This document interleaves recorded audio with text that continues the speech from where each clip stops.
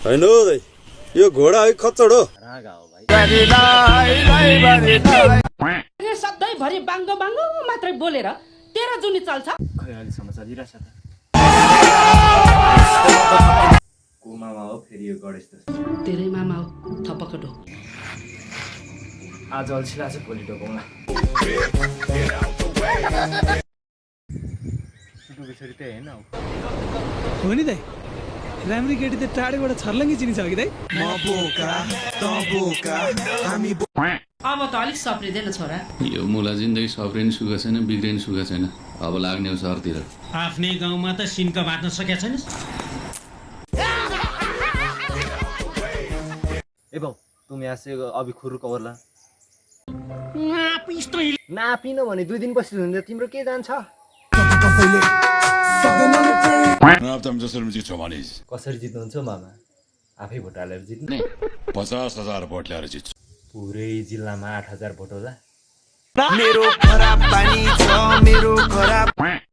आजदेखि मेरो बिहेको सपना सबै केटा हो। अब म आफ्नो बाटो लाग्छु कि नभए आफ्नो बाटो लाग्छु।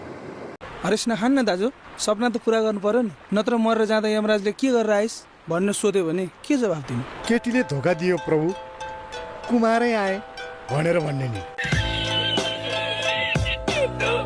मेरो बिहे छ, खाने बे आउनु, गिफ्ट ल्याउनु पर्छ। बेहुलाको नाम सुचारले नाम मिस्टेक छ। मिसलाई लोकल कुखुराको झोल खुलाउँ भनेर। सरी सर, म भेजी हो। मिस त भेजी परेछ, दाजुभाइ मिलेर खानुपर्ने भयो। भुत्ला भेजीलाई त्यही मासु त।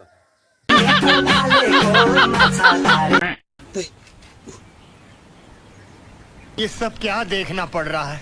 ए बेइज्जती हो, कम से कम मान्छेको आँखा त छ ल।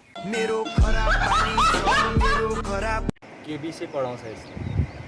Geometry, biology, science, physics, quantum physics, नैतिक शिक्षा आली but I am master degree holder in mathematics.